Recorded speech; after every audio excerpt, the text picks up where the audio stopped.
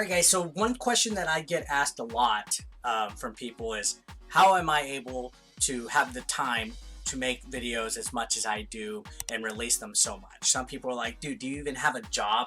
You're constantly uploading this stuff. Well, there's ways using resources on YouTube to where you can schedule and make videos in advance and kind of have a backlog. See, my channel, I do a backlog.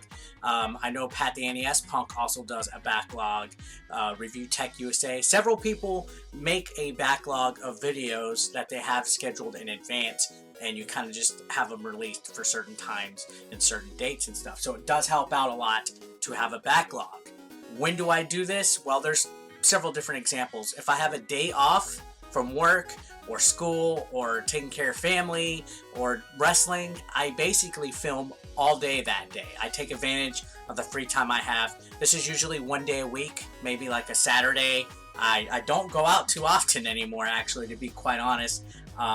Days off I spend working on the channel, and I will either record a whole bunch of like pickup videos or gameplay videos or reviews on those days, and once I upload them and edit them, I will schedule them in advance. I also, if I live stream multiple games, I will use the in-browser editor to make new video clips out of that. So you will see right here, let me show you some of the clips that I have scheduled, and I'll show you an example of how uploaded in advance I do this. Because a lot of people are like, I see people make assumptions, I see people ask questions, and they just wonder in general how I'm able to do it. Some people are like, oh, you're unemployed, you don't work, you don't do this and that.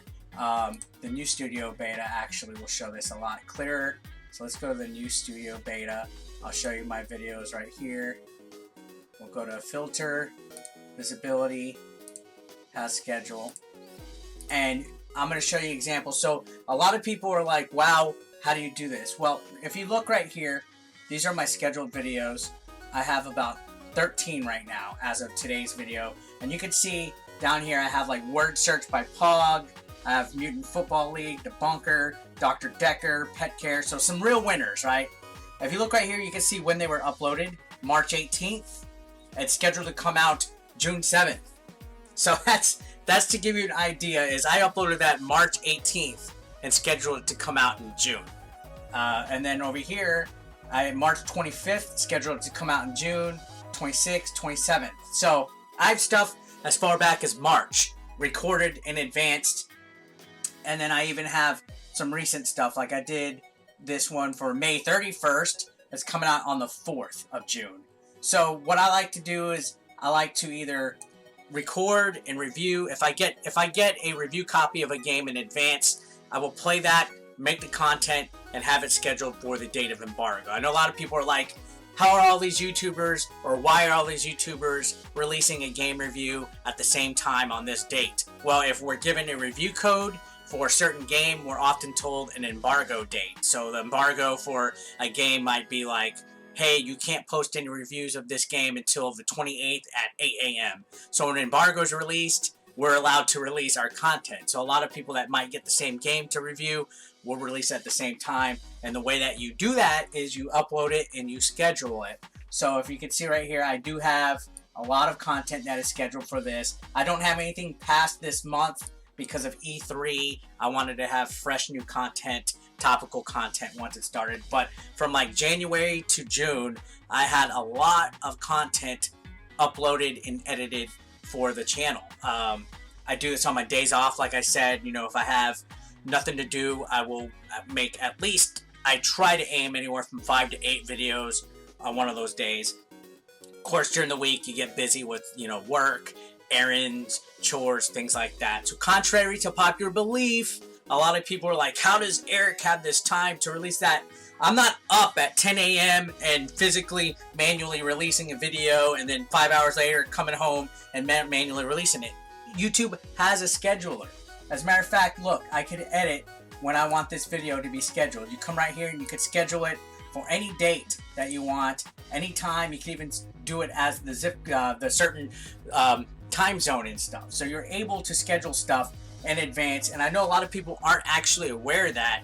If you make videos, guys, and you're not aware of the scheduling tool, start using it. It comes in handy, trust me. So you can make all of your content on your day off and schedule it so you don't even have to worry. Like, I really do not have to worry about uploading a video for the next 3 to 5 days because I have my stuff out. Unless something huge comes out, like a big topic or a big announcement, I'm not going to worry about the channel. Or if I live stream, yeah. But speaking of live streams, you can actually make new clips out of live streams.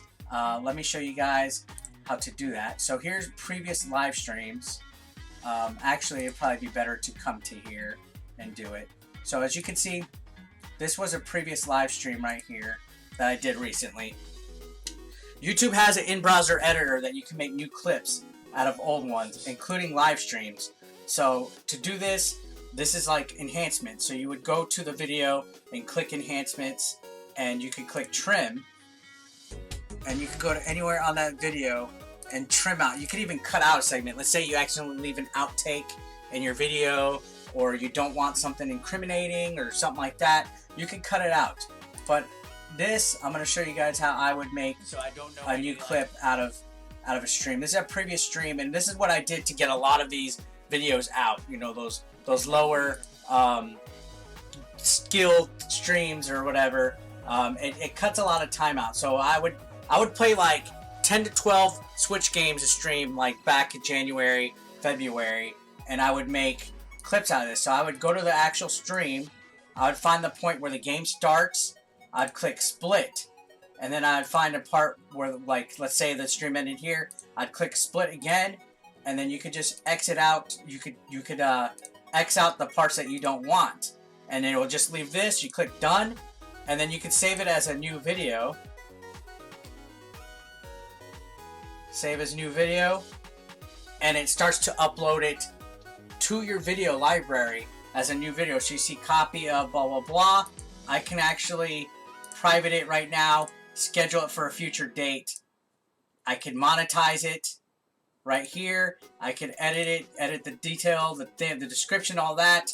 And then I usually go to the Creator Studio Classic just because I use vidIQ. And a lot of people aren't aware of plugins either. But vidIQ actually can help you edit thumbnails, do tags, things like that. It's a plugin, and it adds this button next to your stuff. So you can copy cards. Let's say I wanted to copy cards from, let's say, this video. You can copy all 4 of your cards. These are the little things that pop up suggesting people to click on stuff. And you can load how many cards you want, or which videos you want to copy these cards to. This makes everything streamlined, quick, cuts time, and allows you to not be on YouTube as much. Another example of how I'm able to get stuff done efficiently. So I'm copying cards. You can pick which cards, which videos you want your cards to be on. So let's say I want it on these, and then you just, I'm ready, copy the cards. It's not going to let me do it because I've already did cards on these, but it shows you. So if it would update the cards on that, you can even do it with end screens. The things that you can click on at the end of the video. You can add your end screens. You can select all, copy, come right here, and add which ones you want those end screens on. So you don't have to manually do it every time. You could even edit your thumbnail. You can send it to Facebook from here. You can do the thumbnail editor. The thumbnail, you can make it from the video still. So let's say I wanted to go right here and do a video still from right here. I could come right here, I can edit it, I can add shapes, I can add images. This is all built in your browser from the vidIQ thing. It makes life so much easier on here. Not to mention, it gives you some stats, it gives you event stuff. You can do a channel audit, and it'll give you advice on what to do. It'll give you, you can even add channels to compare yourself to. Like I have stats by Rerez right here. It gives you your stats, it tells you which videos are doing the best, what types of content. You can come down, it tells you which videos did the worst. If you come down, oh, hold on, I clicked out of that, I don't know why, but it'll give you some information about your channel. So if you wanted to scroll down, it'll say, here's the top search terms, MK11 crypt, here's your end screen click rates, your card click rates, content that can use work. It shows you your lowest likes, your lowest watch time, stuff like that. And then it gives you metrics down here. It tells you, it rates your SEO and everything. So this is what I usually do with my stuff. And also can help you when editing. vidIQ is awesome with tags and descriptions, stuff like that. So let's say I wanted to come down here. It can give you tag suggestions based on other videos. You click it and it instantly adds. And you could search by keyword as well. So let's say I did Switch games right here. It'll pop a different video. You can click it. It'll add it automatically to your tags. You can do a template for tags. You can do keyword inspector. There's a free version of vidIQ which I use. I don't pay for it at all, but the pay one has a lot more features and stuff. Again, you can schedule your post so you don't have to worry about it. And this is how I operate my channel, period. That's why I have so much time to get so much content out. And I know I often have a huge amount of content that just gets fucking thrown out there.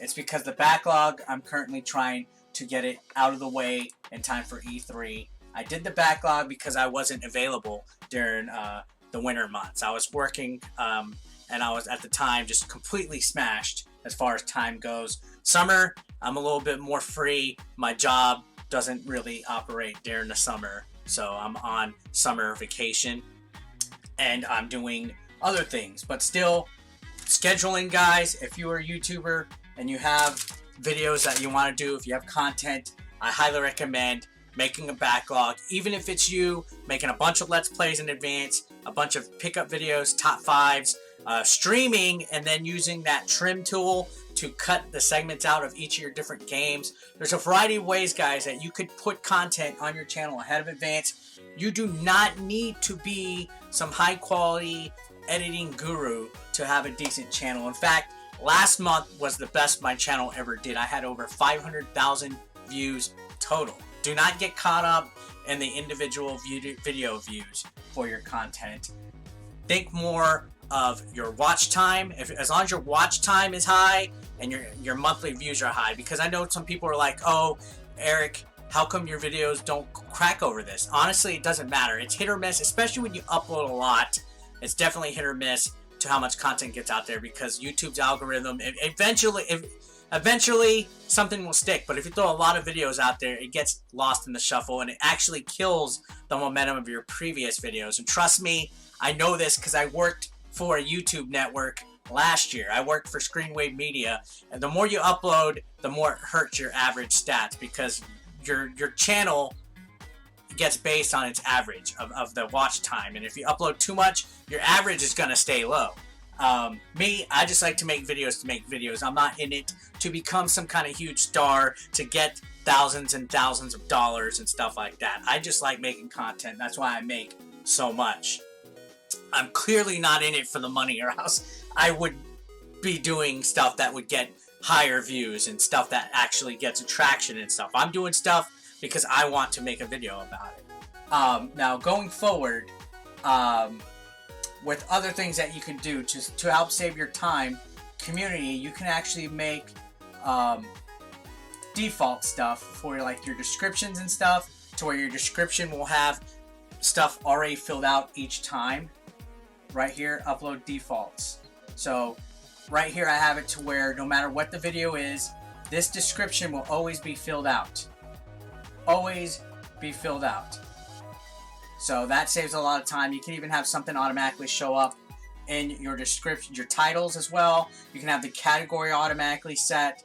You can have tags automatically set. You can have ad formats, everything already defaulted for every single upload that you do, so you don't have to go in and stuff. And a lot of stuff is just streamlining it, making it more efficient and stuff, putting the backlog, having everything scheduled ahead of a time, and you'll be having a channel that you won't really have to take care of as much, except, you know, going back and reading comments and stuff. I do recommend setting a comment filter. I know a lot of people are like, oh, that's censoring people and stuff, but it was just recently announced not long ago that YouTube is starting to demonetize channels because of comment sections. So what I did is I downloaded a use of profound words that websites use to censor out comments. Just copy and paste it. Another thing, dude, guys, if you go to your community settings, I highly recommend you enter in a whole bunch words that are banned. These are all the banned cuss words, inappropriate words,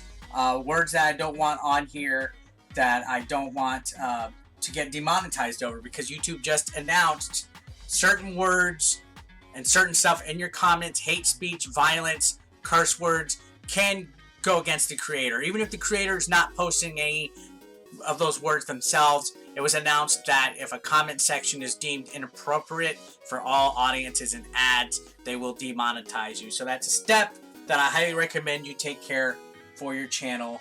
I allow all comments. You can see it right here. So people that claim I don't take feedback or criticism, right there it says it, allow all comments. But if you don't know how to do correct criticism, constructive criticism that doesn't have inappropriate words or cuss words like, you know, gay, fag, homo, fat ass, hairy, stuff like that, it's not going to show up. So either A, learn how to give feedback without being a complete dick and douchebag and learn how to type, or your comments just aren't going to show up because of the filter. Also, I do recommend, if you want to add in, if you're a content creator, don't forget to throw your address and your private info on here, because this helps against doxing. So workplace, real name, spouse name, addresses, children's names, birth date, personal info spilled around in there, and people can never dox you on your channel. Now, just to touch base on stuff like that, a lot of people are like, hey, you upload too much, your video views are low, what the hell's going on? Just to show you, this was my watch time and my total views last month, which is the most my channel has ever done. I did over 2 million minutes of watch time, 502,000 views.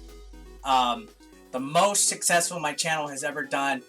Watch time is crucial, guys. I know a lot of people are like, oh, the one thing I've been reading is, oh, 8-Bit Eric buys subs and views and stuff.